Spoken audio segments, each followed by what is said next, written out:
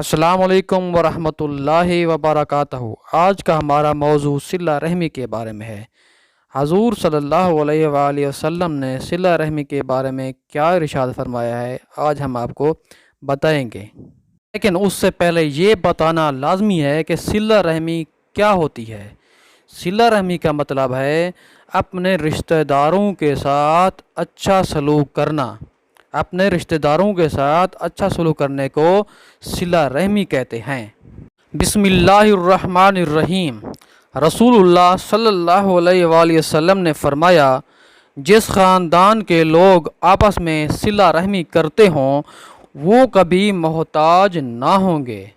جس خاندان کے لوگ آپس میں صلہ رحمی کرتے ہوں وہ کبھی محتاج نہ ہوں گے۔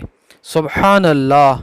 اللہ تبارک و تعالیٰ سے دعا ہے کہ ہم تمام مسلمانوں کو حضور صلی اللہ علیہ وآلہ وسلم کے فرمودات کے مطابق زندگی بسر کرنے کی توفیق عطا فرمائے۔